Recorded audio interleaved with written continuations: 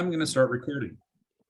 So this week's message is talking about commission dialogues. And right now we know, and I think in all of our markets, and I see I have some Boise people on here and some Spokane people. In our markets, is there price or is there pressure on our commissions right now? Yes or no? You can just shake your head. Yeah. Yeah, we're seeing pressure on, there's people, especially in good markets, you guys, there are people that will do it for less. Now, are those people you? No, they're not, or they better not be. Okay. And so we're gonna go around some mindset things around commission. We're gonna go through some specific dialogues, and then I'm gonna break you out to practice those dialogues on Zoom. And if you're in a room with more than one person, then I'll have you on your own breakout rooms. And we'll spend some time on this. So right now, what is the most common commission question you're getting, do you think? When people want to chip on your commission, how are they approaching it?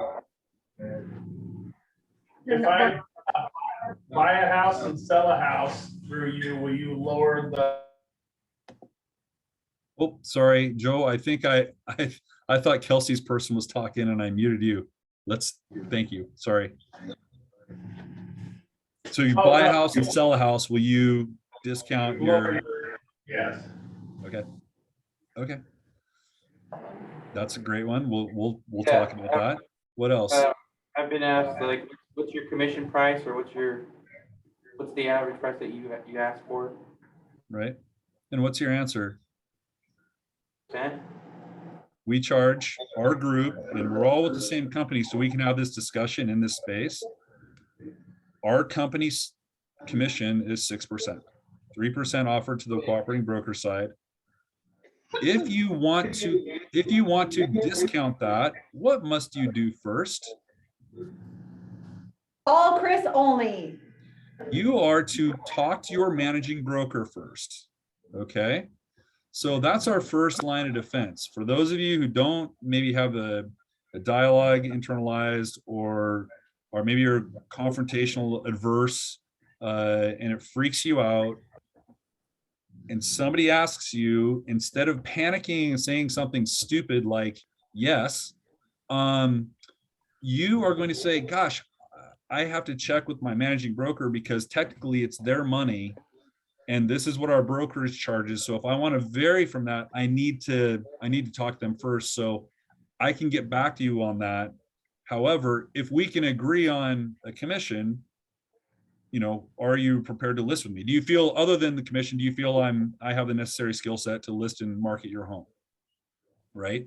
And get them to commit to you on some level. That's fine. And then go back to your manager, who then can employ some of these dialogues that we are discussing. Okay. If you are newer to the business, and I'm going to just revisit a couple principles that I want you to have in your mind before we get into this dialogue part.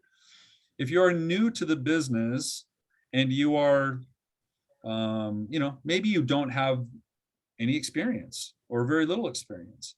Why would I list with you? First of all, what's your what's the value in listing with a new agent for a client, potential seller? Why would there be an advantage to me as a seller? As an advantage. A lot of time. Just if they have questions to be answered, you're available all the time because you don't have 10 different clients you're trying to manage at the same time. So, sure.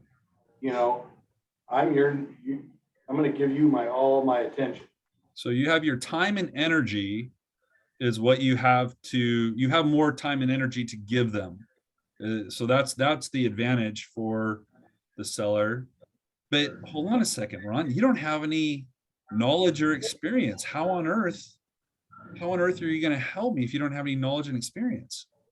I have over I have an army of agents behind me with years and years of experience. There you go. I have Eric on speed dial. Yes, you have me on speed dial. So the advantage is you can leverage your managers into that conversation and see, the dialogue I train new agents with is say, hey, the good news is when you hire me, you get a 2-for-1 because my managing broker has to review everything I do, and I have to run everything past them first before I can commit to anything. And so you're getting their knowledge database of 30 years or 20 years or whatever it is, or combined, if you want to combine your manager's experience, because I know in our markets we have several managers. And I think in pretty much all of our markets, we have around 100 years worth of experience at your disposal. And so the good news is you get their knowledge base and my time and energy. That's the value I would bring to you, okay, on a baseline level. So there's step one for my new people.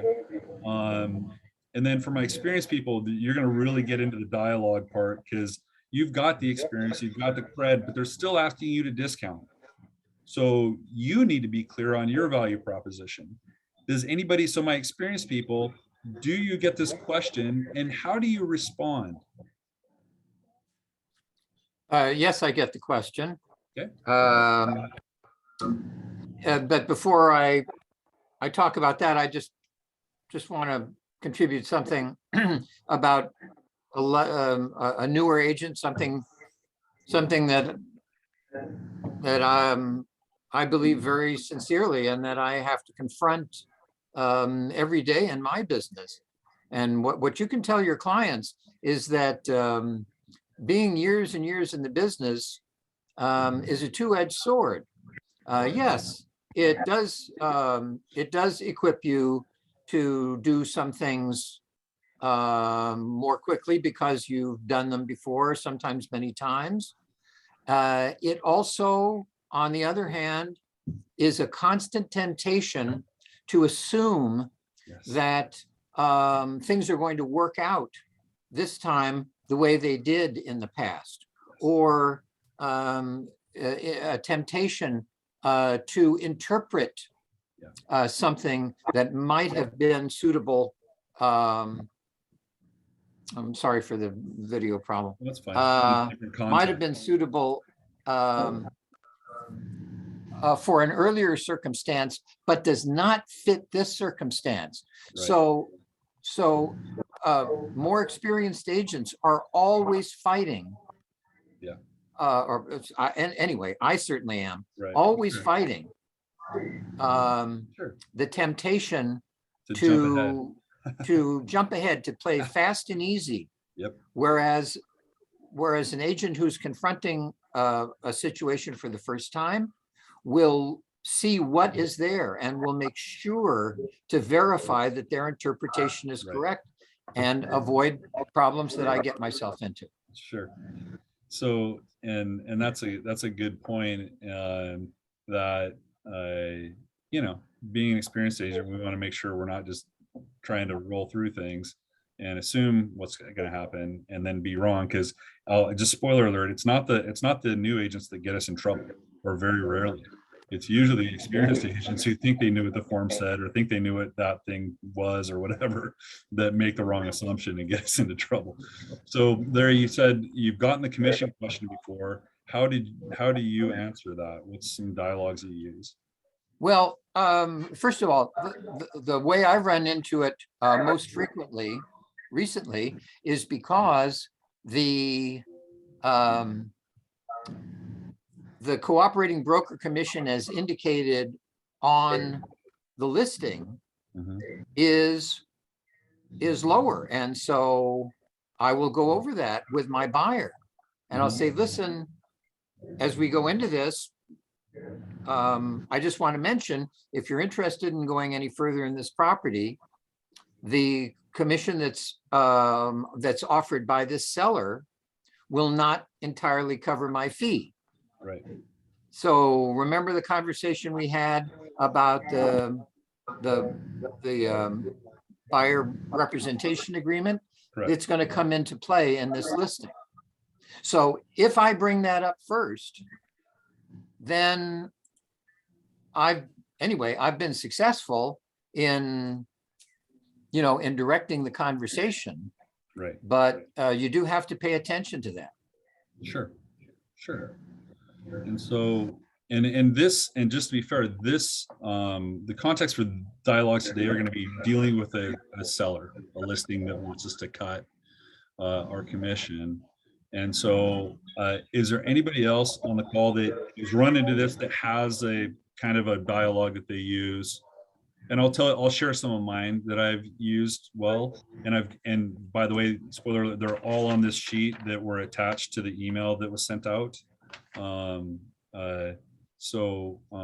does anybody have like a standard script that they use when the seller asks them?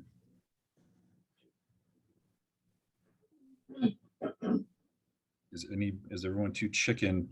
Leah, Jovan. Oh, I'm sorry. Kelsey, I thought that went out to the Spokane people. It must have just gone out to the Boise people with an attachment. I'll send it to you guys. Apologize for that. The South office? Well, Yeah, I'll get it to all the Spokane people. Okay. well, one thing I do tell people, when they say, I had this brought up kind of in an informal way, but they were serious in bringing it up. And that is, in this market, where an agent only needs to put a sign up in the front yard and multiple offers come in and the house is sold for sure, doesn't it make sense for commission to be moderated? Sure. And I say, listen, in all honesty, this is a much more difficult market for real estate agents than any I've ever been in my life. I've had to go back and relearn the business from scratch, as far as being prepared for a listing. I've had to learn how to use new services. I've had to learn new forms that have been created. Really, one thing that a beginning agent can say is that in this market, everybody is a beginning agent. Sure. Because I've never had to do business like this before. Sure. Is there anybody else? Thank you, Larry. I appreciate it. It's awesome. Is there anybody else who gets the ask to cut their commission that has kind of a dialogue around it? What do we say? And this, by the way, this is adult education, you guys. I don't expect you to be perfectly right and give me the awesome answer that's going to blow everyone's mind. I expect you to give me the answer you actually use, so that we can improve upon that throughout this hour. That's the reason why you're here. So I know if you've taken a listing before, probably you've gotten asked this question. So just let me get one person from Boise. Come on, let's do it. Yeah. All right. Hey, typically I will say something like, and it depends on who it is. Sure. It really depends on if it's a repeat client. It depends on they're a good referrer. I mean, all those things take into play. So I don't know that I have a canned answer. Sure. But one of the things that I almost always say in there is, let me check with my broker. Yep. So I let them be kind of the bad guy, first Sure. of all. Love it. And then I also say something like, well, not very many professions does someone usually ask us to take 1/3 of their pay away. Yeah. Unless, because I think sometimes if they're asking for a percentage off.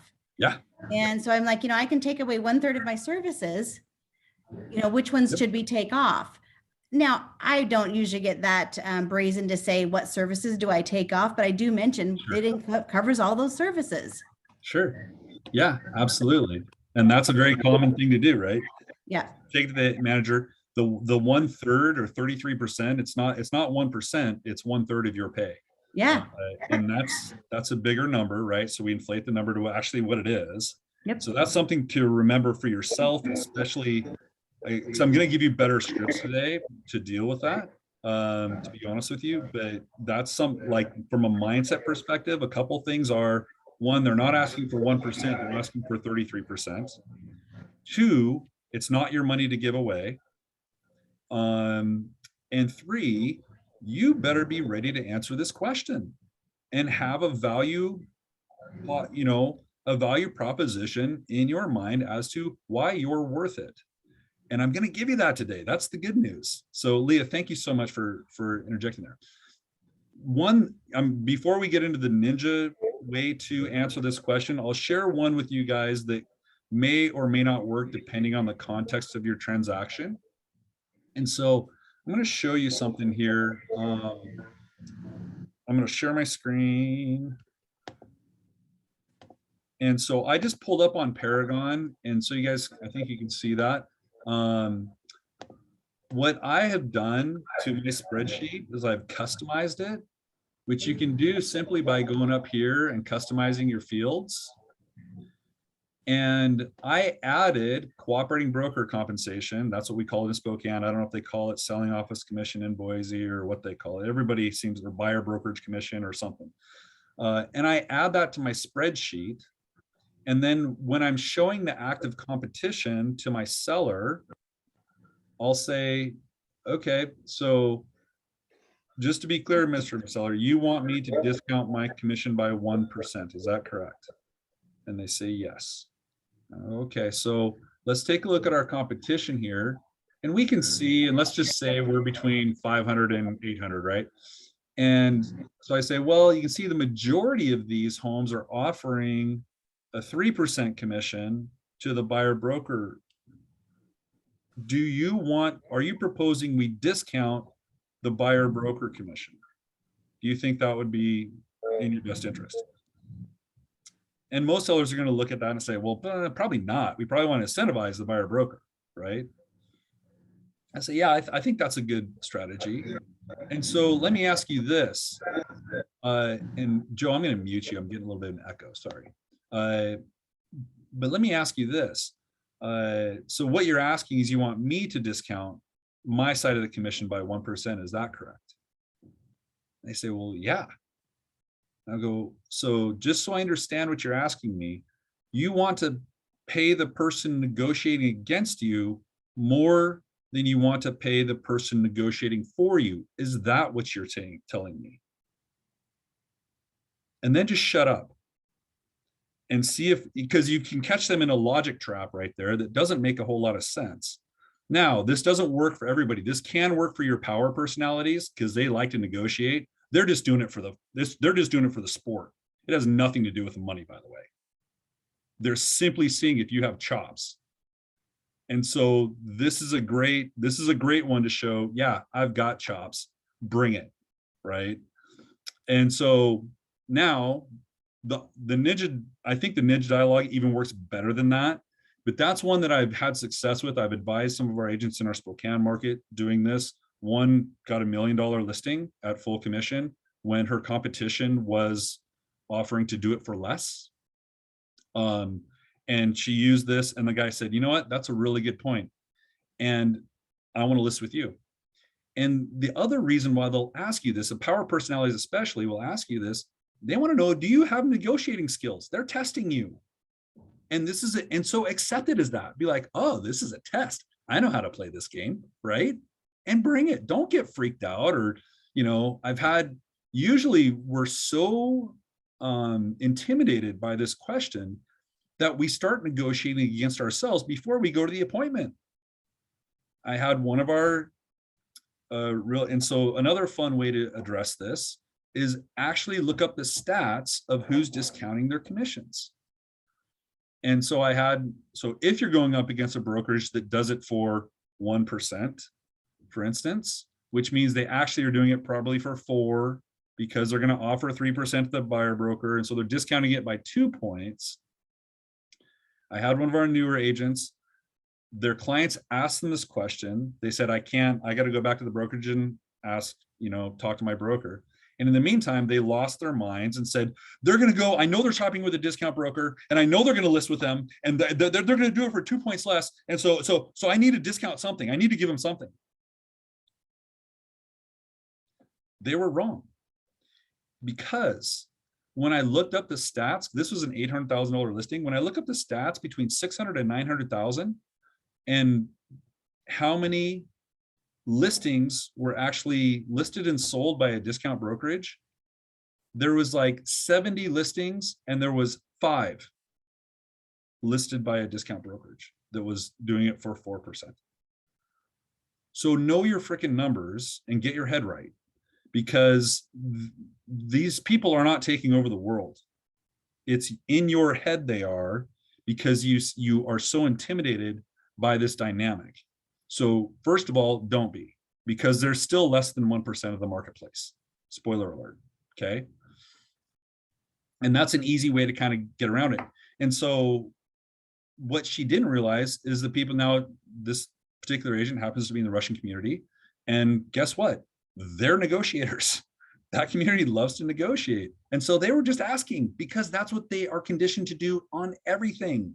They will go get groceries and ask for a discount, right? At the cash register. Like they're just negotiating people, and that's great. But don't freak out on it. Embrace it. If you need time, pull back to the manager position and then formulate a strategy and come back. Now, what we're going to do next is watch how Peter Parnag will handle this and how ninjas handle this. And then we are going to practice this. We're going to watch it. We're going to review it as a group and just go over and quiz you on it. And then we're going to go into breakout rooms and practice it. Okay. So with that, I need to reshare my screen here, so I can do the video and audio.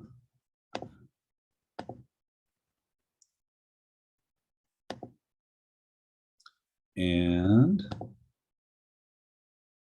just so you know, it turned out that on that particular situation, they weren't interviewing a discount brokerage. They hadn't even talked to a discount. They hadn't talked to anybody else. But they invented this scenario because they're so, they're like, I have to, because of this environmental dynamic, this outside dynamic, which they had no proof of existing. And we do that a lot. And I had somebody on yesterday who said, I've done several deals with people, and so I've given them discounts because of several deals. And now I'm in that trap to where if I don't do it, now my other clients are going to say, hey, hold on a second. And so, so for that person, I said, hey, blame it on new ownership. Right? Like, new boss, sorry, I can't do this anymore without permission. Right? So there's always creative ways around this if you take the time and look at utilize the resources. So with that, let's watch what Peter Parnag has to say about commission dialogues.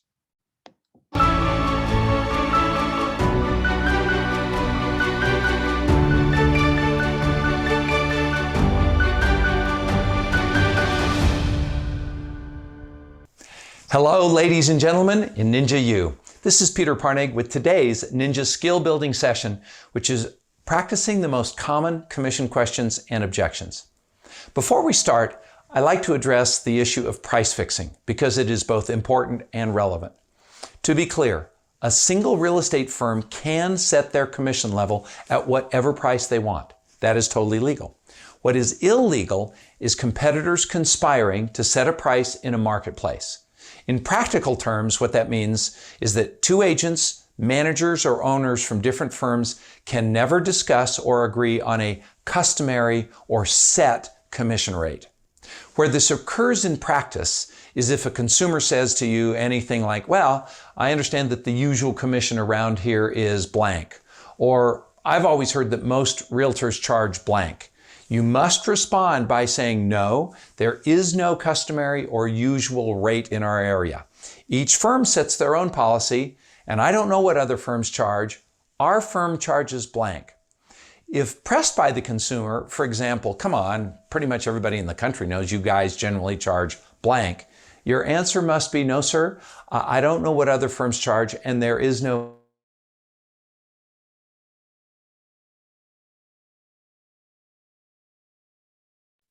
You're talking, but you muted yourself so that we can hear the video. My Lord, sorry. God, what a ding dong. All right. For some reason, I shared the wrong screen. Apologize. Here, let me restart the video. Talk about any rate in front of any other agents from another firm. For our practice today, we will not use a specific number. I'm going to continue my practice that I've already started of using the word blank. So let's just jump right in. The two main commission objections or questions we generally get are, number one, will you discount your commission? Or two, from Bob from Bob's Realty will do it for X amount. There are a couple of other occasional outliers, but these two seem to be the majority of what we get. So we're just going to practice these two. In the Ninja installation, we learned a specific and very powerful way to respond. So we're going to focus on that today, partly and mostly because it works fabulously. So one more time, we're going to do this in the form of a pretend role play. So imagine that a seller you're talking to, you're sitting there in your listing consultation, asks you if you would discount your commission. And remember to ask the first question, which is, well, tell me a little bit more about that, Mr. Seller. You might get an answer like, well, houses are selling quickly right now. You won't have to advertise as much. So you'll save some money on advertising and you could just pass that on to me. Or in another market, you might get, I really need to net every penny so I can get to my new house. And I'd love if you would consider giving me a little break. Bob from Bob's Realty said he'd do it for 1% less. And I'd rather use you, but I sure would like you to match Bob's offer. Then we ask, well, what is your goal? And the seller might say, well, I think I'd be satisfied if you would discount your fee by 1%. And we're going to start with this question. And we think this just really sets the stage. So, Mr. Seller, let me ask you a simple question. Which is more important to you? How much you net or how much commission you pay? And most sellers will answer, well, obviously, how much I net. If they say, well, if I pay less commission, then obviously wouldn't I net more? And you are now set up perfectly for the value clarification question. And I want to emphasize that this coming question is one that you must memorize and be able to repeat verbatim with no hesitation. It needs to come out of your mouth sounding like this. Well, Mr. Seller, I do agree. Let me ask you, do you believe that your house will sell for a fixed price or a range of value based on the marketing and negotiating skills of your realtor? And again, most sellers will answer something like, well, I never really thought about that. But my guess it'll be in a range. And again, confirm that. Yeah, you're right. And this is right where we want to be in our conversation. So I'm going to pick this back up and I'm going to say, well, Mr. Seller, we're going to talk more specifically about the exact range your house will probably sell in just a few minutes. But for example, a house in your area might sell between $200,000 and $215,000 or $800,000 and $850,000. That's about a 4 to 5% swing. Let me show you 5 ways that I will help you sell at the top of the range. And let's see if we can net you more than 1 extra percent. The first thing I'm going to do is I'm going to walk through your house with you and I'm going to show you ways to enhance your property so that you can get to the top of the range with your buyer. The second thing I'm going to do is together we will develop a pricing strategy that will, we want to make sure it's not too high to scare buyers away. And at the same time, we want to make sure it's not too low to leave any money on the table. The third thing we are going to do is we use a marketing system called maximum exposure to make sure that any buyer who might have an interest in your home finds it and sees it. Here's what we know. The more buyers we can get into your home, the more likelihood that we can generate more offers, and more offers will generate a higher price. The fourth thing we will do is help you negotiate your best offer. Here's what we know. Negotiation skills are an important skill in any market. And number 5, I'm going to manage your transaction. There are a lot of moving parts and important considerations and deadlines to take care of in a real estate transaction. And my goal is to get you to your new destination on time. Here's what we know. If you follow this system, we will likely net you at the top of the range. Are you comfortable with this explanation? If you can learn to deliver this sequence, very few sellers will try to negotiate further. If they do, you might have a 15%er, which if you recall from the installation, are those people who just want the lowest price no matter what the quality of the service is. To wrap this up, next time you're asked to discount, you can always start with a simple no. Most sellers just had to ask, but if pressed further, your go-to first question is, well, let me ask you, which is more important to you, how much you net or how much you pay in commission? Which then is followed by our magic value clarification question. So, Mr. Seller, do you believe your house will sell for a fixed price or a range of value based on the marketing and negotiating skills of your realtor? Happy practicing, and let us know of your successes and challenges. We'll see you for our next Ninja Skills Builder.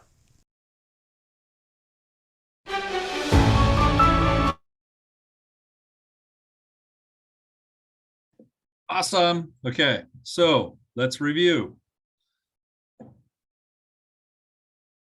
First thing, oh, Jesus H.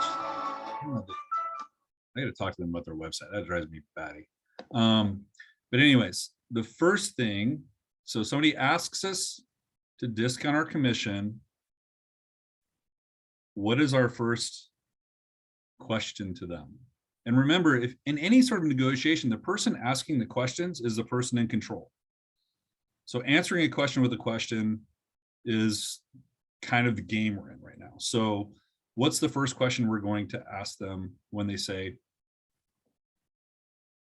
I'd like, can you discount your commission? Somebody can chime in. Tammy, you got this. I'm gonna call you out. You gotta unmute yourself. I would just ask them where they're Yeah, at. tell me more about that. Yeah, tell me more about that. Like, what's the context of this?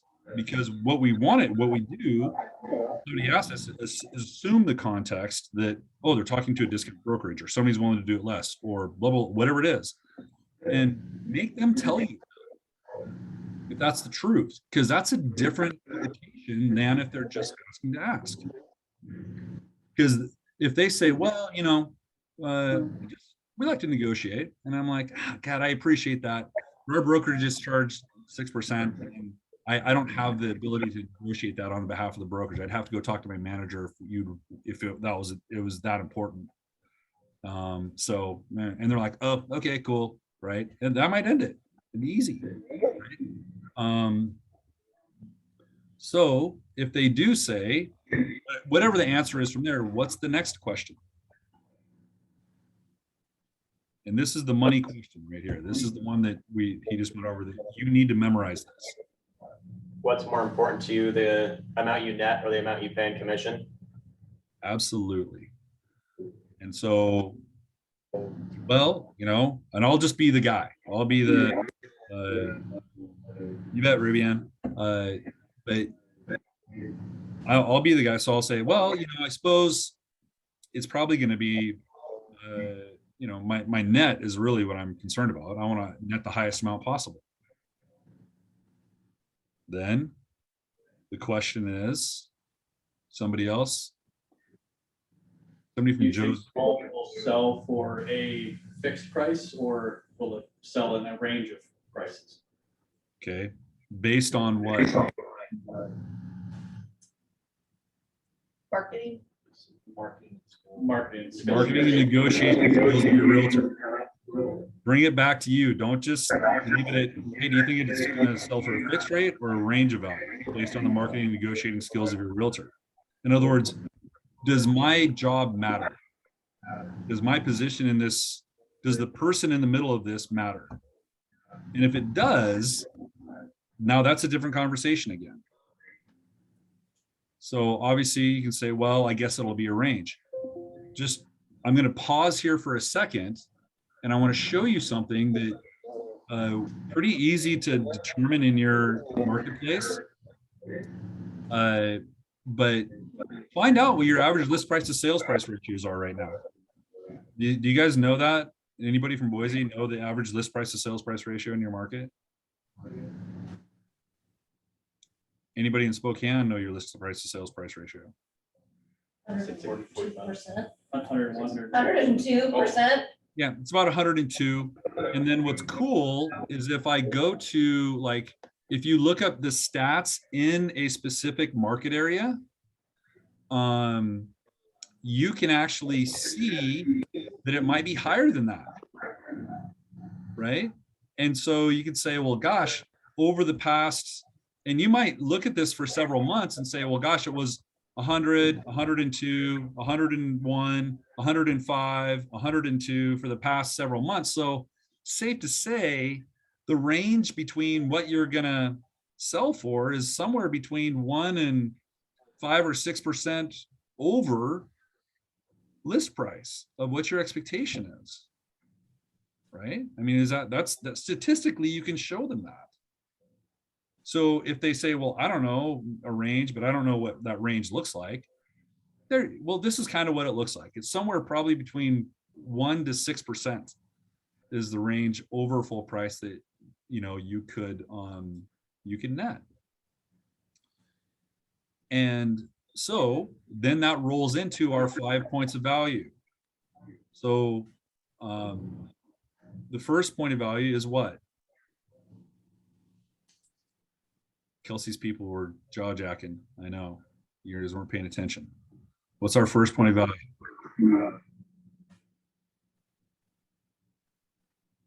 Anybody watching the video? Sally, were you watching? Okay. Hello, CG here. Oh, CJ or CG? Let's go with marketing team. I have a whole marketing team behind me. Okay. So the first one they talked about is the first thing I'm going to do is show you ways to enhance your property.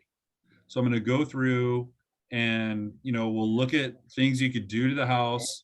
Another thing I interject here is I've been on probably about 1,000 inspections in my career. So I want to look at your house and just look for some obvious things that an inspector might call out that you may want to address before we go on the market. And that will save you some energy and time and negotiation on the back end, typically, just to have those things kind of touched up and ready to go, as well as what we might do to the interior of the home as far as staging and those sort of things. That's and we all do that to some capacity, and sometimes you might offer staging as part of your service. Great. That's fine too. What's the second one they talked about? Maximize exposure. That was the third one. That would go back to like marketing team, maximum exposure. That was the third one. The second one is a pricing strategy, right? So we're going to develop a pricing strategy that attracts the most buyers, netting the highest sales price without leaving money on the table. Do we actually do this? Yep. I surely hope so. Yeah. That's something where you're going to go and say, hey, these are the ranges of things that are getting offers. Where's a really good source of data for that? If you want to know what's going on today as far as the climate, the buyer climate in your area, what data source, who are you going to call to find that out? Anybody who's taken my pricing class before? We use 3 statuses, right, to price listings: actives, pendings, and solds. What do you think is the most data-rich source of those 3 listing agents? I would say pendings, right? And if I'm you right now, and maybe even before I go on the appointment, I'm looking at all the pending listings that are in that price range in that area, and I'm calling the listing agents. And I know they can't tell me all the terms. Sometimes they elect to, that's fine. But they can tell me how many offers they got if they got multiple offers, right? It's technically it's confidential, but most people will share that. And you could say, hey, hey, Leah, Eric Johnson, Coldwell Banker, just wanted to know, I see you got that property under contract. It looked like it went off pretty quickly. I'm kind of assuming you got multiple offers. I'm going to be listing a property in the area is why I'm asking. Can you tell me how many offers you got? And she would say, well, I got 5 offers. Great. Is it safe to assume you netted over full price on that? Yeah, that's a pretty safe assumption. Great. Thank you so much. And sometimes people just like, oh, we got cash. We sold it for exactly this and blah, blah, blah, blah, blah, blah, blah, blah. Like they tell you the whole thing, which fine. They shouldn't do that, but fine. And I'm taking notes on that because I should be able to go when I'm sitting down saying for a pricing strategy, I can say, these are the comparable homes that are under contract right now. And they were priced between this range and this range. And every single one of those got multiple offers and bid up over full price. So if we price in that range, likely we will too. Right now, our current competition is X. And so we if there's no competition, hey, let's go on the high end of the last thing that went under contract. Or if there is competition, how are we going to price relative to that active competition so we look like the best deal? Just utilizing the principle of substitution. So that's, in a nutshell, how we advise our people on pricing strategy. It's very market and time specific. And if we, no problem, Leah, we'll record it and send it out. But we want to make sure that in that moment in time, that snapshot of the market, that they are in the best possible position to get the highest net they can. Okay. So maximum exposure. And this is where CG kind of was talking about, like, hey, I've got a full marketing team. And so CG, what are some of the things that you promote in your marketing for maximum exposure to the public? Hi, one of the things that I like to bring forward is, because they are doing business with Coldwell Banker, our, I'm going to call it platforms, are, I'm going to use a local term, outside of the valley. Right. We call it the valley here in Boise. Sure. So you actually, and if it's a global luxury listing, you actually get onto international platforms, Sure. right? I believe it's 25 platforms that go globally. So it's the power of the brand. Absolutely. And we all need to be reminded that we all have that, and we should promote it, right? We're all paying for it some way, shape, or form. And so we should be able to utilize that as a credibility piece in our marketing and exposure, saying, hey, not only are you going to be on all the third party, national sites, but the brand national site is a big deal as well, as well as all of the other, our competitors' brand national sites. So the goal is to get the highest amount of buyers in your property, because the more buyers we create, the more competition there is, theoretically, the higher the price goes. And there's a lot of people relocating from other marketplaces, and they're looking on these things. So it's important to have exposure on those. I wrote down some things here. I said, we're going to have professional photography. That usually goes without saying, but I will tell you, I have seen more lazy real estate agents in this market than ever before. And it's pathetic. They're getting paid tens of thousands of dollars, and they're taking pictures with a freaking iPhone for the house pictures. And that's absolutely ridiculous. And if I'm competing against somebody that's doing that, I'm using that against them all day long. I'm like, well, this is what my competition does for marketing, right? This is what it looks like when I market a house.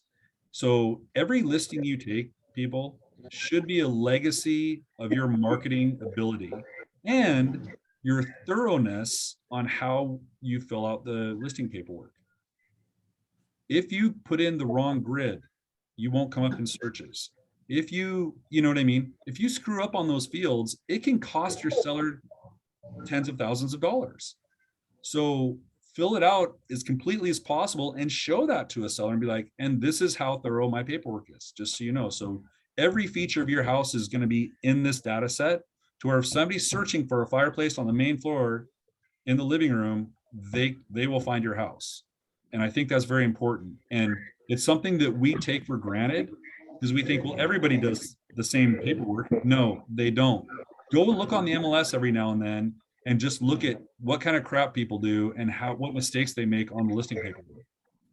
And so again, this sounds very basic, but if we don't point it out, that seller's not going to look for it, because that might be something they ask the next agent if they're competing. Hey, can you bring me an example of what you listed? And let me see it. Let me stack it up and see how it compares. And it may not be a difference, but still, it's something that's very, very important. And then the syndication to other sites, the national exposure, all of those things. We want you to shine online, as Ryan said when he did the Ninja installation, right? That's our goal, because that's where 95% of our buyers are coming from. And then the fourth thing is, once we get a pricing strategy, we're then going to help what? Negotiate the best offer. Negotiate the best offer. And this is where I earn my keep, Mr. and Mrs. Seller. Because we just went over that it's going to sell for a range. So the question I have to ask you is, would you invest 1% to make 2, 3, 4, 5, or 6%? Is that a fair trade? Because I can demonstrate that I can do that. Here's my example of what I've sold and how much it sold over full price. I mean, if you have that data, show it to them. If you don't, this is where you can just say, hey, our office average, list price to sales price is this, whatever. You can pull that stat from somewhere. So that's really where you can address the 1% discount and say, I'm going to make up for that in spades because I'm incented to, first of all, and 2, I've proven that I can do it. And then the 5th thing is you're going to what? Manage the transaction. Manage the transaction. Our work begins, after we negotiate, the real work begins because you want to guarantee this thing closes, and I'm trying to mitigate all of the loopholes up front to where there's no weasel clauses. And the goal is to get it to close. So a lot goes on in the background with lenders and title and escrow that we don't incorporate you on or don't inform you on all the time because it's part of our job. And so part of the fee that you're paying is an insurance policy that you're going to have the highest probability of closing. Now, I'm not 100% on things because I can't prevent a buyer who gets buyer's remorse or cold feet or whatever and just backs out. Most contracts have a loophole for that. But I can surely, during the negotiation process, I can mitigate the odds of that happening. And that's really my goal for you. All right. So we have the dialogue. We have our 5 points of value. You are going to practice this now. Okay. And I'll put up, I'll share my screen and hopefully you guys can see it. Put it up on, so you have the dialogues in order. And then we'll do breakout rooms. And for Joe and Kelsey, I'm going to do big breakout rooms or just single breakout rooms for you. And then for Sally, Jovan, CG, Chris, I'm going to split you guys up into two. And this takes about 10 minutes. So I will we'll do that and just practice real quick. One person say, hey, I want a discount. And you don't have to be weird, right? Don't get all role play weird. Just be a normal person that says, hey, I just want a point off, right? And this is going to be, just spoiler alert, it's going to be a little clunky, but you need to practice it here because you don't want to practice it in front of your clients. Okay, so let's do it for the first time today, shall we? So let me do some breakout rooms. And I'm going to sign manually. I'm going to go 1, 2, 3, 4. Great. Make sure I don't have a timer on. Good, I don't have a timer on. I did that yesterday. Actually, I'll set it for 10. I'll just set it for 10 minutes, and we'll let it run. And I know we're going to go a little bit over today. I appreciate you guys hanging in there with me. I think this is important enough to go take a couple extra minutes. So Kelsey, I'll sign you to that one. Joe, you got that one. And then CG, I'm going to match you up with Chris Olney. And then Jovan and Sally, I'm going to match you guys up. Okay. And here we go. Boom. Sure. So you guys need to join them now. So click on your screens and join them.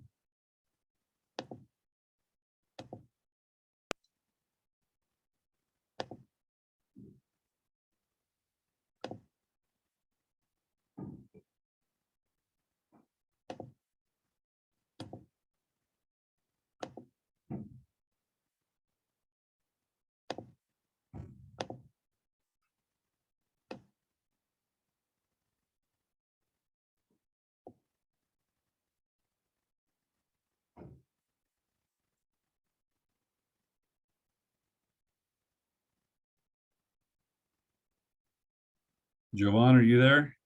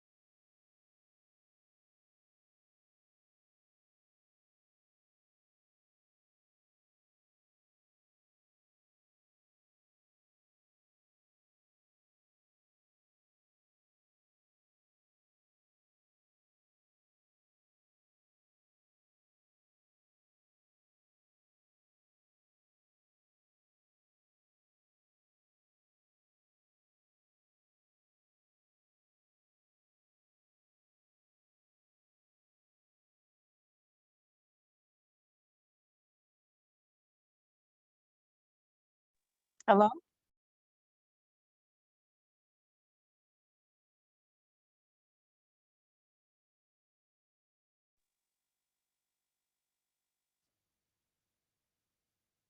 Are you there, Chris? Hello?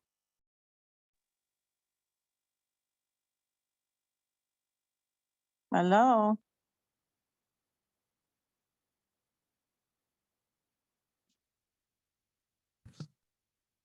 I Hello? can hear you. Hi. Hello? Hello? Chris? Hi. A second, I can't see you. Oh, there you go. Mhm. Oh, are you in breakout rooms? Yeah, I went into the breakout room, but there was nobody there, so I came back into the regular meeting. Oh, yeah, we're playing it in office, but I'm working with another agent right now, so. Weird. Okay. But So I shouldn't have gone into the breakout room. I guess I should have been paying attention to what was going on the screen. No, I'm sorry. Yeah, I'm not, it's on for other agents in the office to watch, but not participating today. That's okay. I just misunderstood Eric. I thought he said I was going into a Well, and I breakout think he room. probably, normally I am watching and I am What do I know? participating. Sorry about that. Okay. No, that's fine. So this is being recorded, correct? So I'll just mute myself and we'll wait for everybody to come back into the regular room. Okay, sorry about that.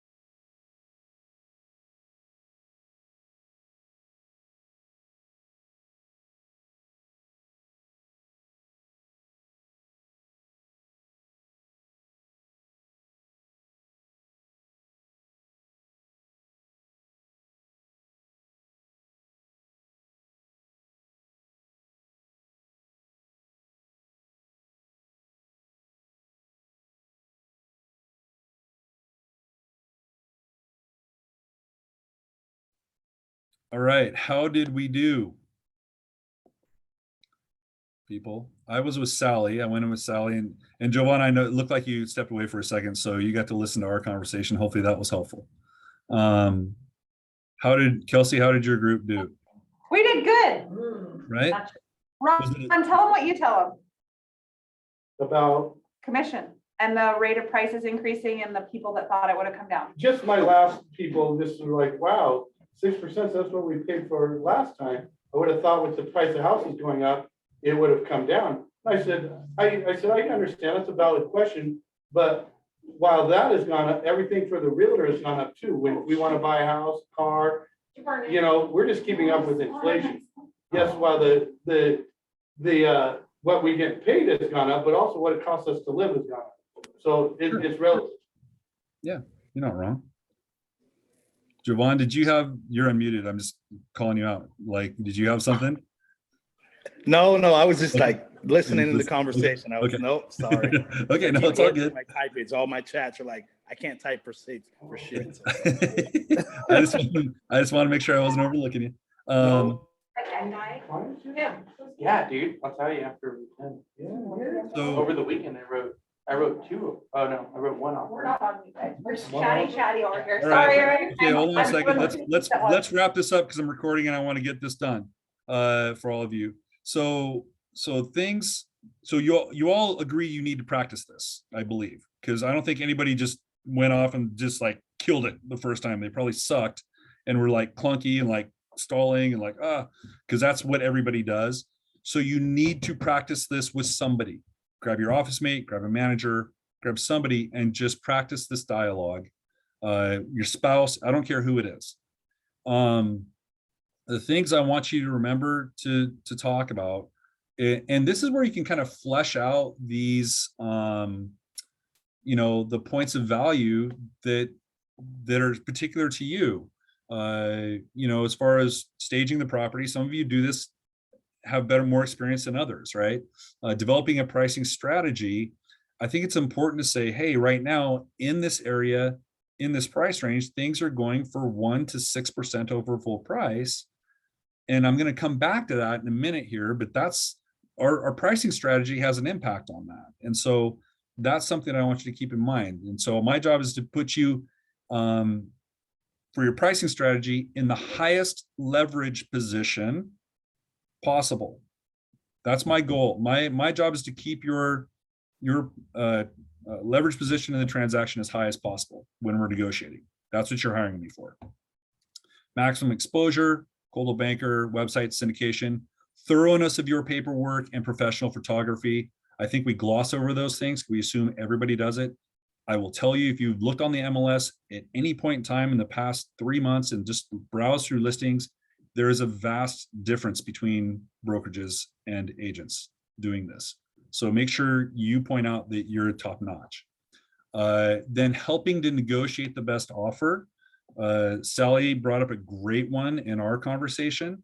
And basically we talked about one, in helping negotiate your best offer, we talked earlier, like right now things are going from 1 to 6% over full price. This is where I'm going to earn that 1% back. And I want you to feel comfortable with that. But this is where I'm going to earn my keep is, working the listing or the buyer's agents or buyer's brokers to where we bid that price up. And that's kind of what you're paying me the big bucks for. So the question is, would you invest 1% to make 2, 3, 4, or 5%? And I think in most cases, that's a safe investment. Giving you a $5,000 discount is nothing if I can't, I should be able to negotiate a $15,000, income if you're going to pay me full gate, full boat. So at least that's my goal. So you understand, I plan on earning this commission, not just getting it. And also, so this is the one that Sally brought up, as a matter of practice, what I do is I try to put a backup offer in place. Now, why this is important to you is that if the first offer falls apart, having a backup offer that slides in behind it is way better than having to go back on market and having something, having the house look like something's wrong with it. Because a lot of times you have to discount when you go back on market. So my goal is to prevent that dynamic and not have it go back on market. And so that two things it does, it keeps you leveraged with the first buyer. And secondly, if the first buyer goes away or gets buyer's remorse, we have a second person who's very excited to buy your house now because they've been looking and they can't find anything else. And they're likely not going to back out. So, but it's nice because we can have them commit to that higher price up front and we don't have to go back on market and fish for a higher price again. So that's a strategy that I use, that I've employed, that again kind of justifies that extra one point. Okay, and then managing the transaction, which, you know, you guys, you're all paying for staff and managers and people to look over things. Let them know that, right? Like, hey, we have an entire staff behind us that's reviewing this to make sure. And again, nothing's ever 100%, but we rarely have a transaction go south because of some technicality, right? Because we have the oversight, and not all brokerages have that. You know, my friends at Silver Creek have one broker per 300 agents. How can they possibly? You know, we have one broker per 50. So, you know, that's difference. I mean, call it out. Call out the differences between your company and another company if you know it, because that's a big deal.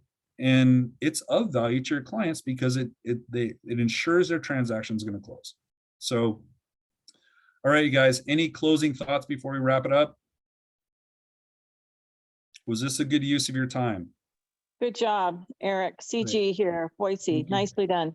Thank you. Absolutely. Great use.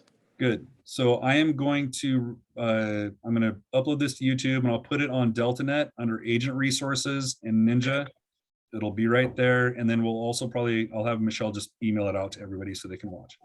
So, all right, guys, we'll have a great rest of your day. Hopefully it's helpful. And we will see you next week in Boise. I will see you in person.